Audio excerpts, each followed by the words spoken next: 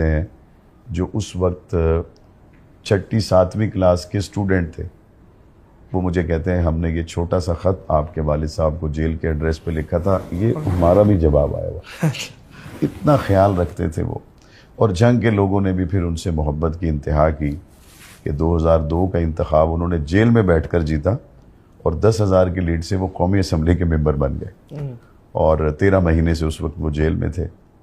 تو میرے لیے یہ سعادت ہوگی کہ میں اپنے جنگ کے لوگوں کے لیے اور اس تحریک سے، اس نظریے سے جو کہ حقیقت میں نظریہ پاکستان ہے، اس سے محبت کرنے والے لوگوں کی میں قدر کر سکوں۔ کیا بات ہے، کیا بات ہے۔ مولانا اعظم طارق صاحب، ان کی شخصیت کے بارے میں بتائیں، کیونکہ آپ ان کے بیٹے ہیں۔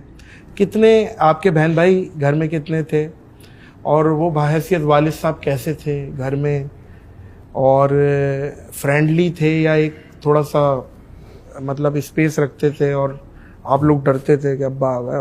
مطلب آپ ایک وہ جو ایک جیسے خاص طور پہ میرے والد صاحب کو بھی آپ جانتے ہیں، ہمارے ہاں ایک ہے ان کا کہ وہ جگہ نہیں دیکھتے ڈانٹ دیتے ہیں، تو والد صاحب کیسی عادت کے تھے؟ والد صاحب رحمۃ اللہ علیہ کو ظاہر ہے میں بہن بھائیوں میں بڑا ہوں، ہم 7 بہن بھائی ہیں۔ 7 بہن بھائی؟ جی، ہم 3 بھائی ہیں اور 4 بہنیں۔ جتنا قریب سے مجھے دیکھنے کا موقع ملا، باقی بہن بھائی مجھ سے چھوٹے ہیں تو اتنا قریب سے شاید وہ نہیں دیکھ سکے۔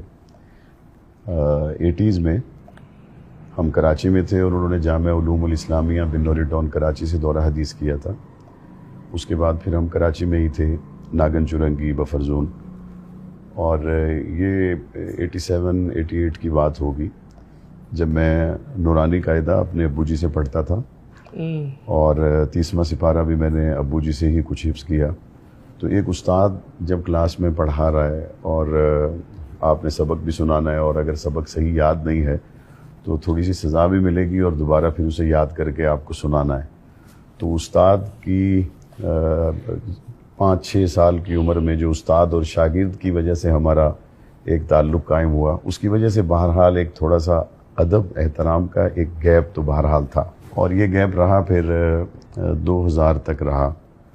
پھر جب میں ذرا ایج میں بڑا ہو گیا تو بعض باتوں میں پھر میں مشورہ دیتا تھا، بات کرتے تھے، تو ذرا ہم تھوڑا کلوز ہو گئے، لیکن اس سے پہلے تھوڑا سا فاصلہ رہا چونکہ میں نے ان سے پڑھا تھا، اس وجہ سے بھی۔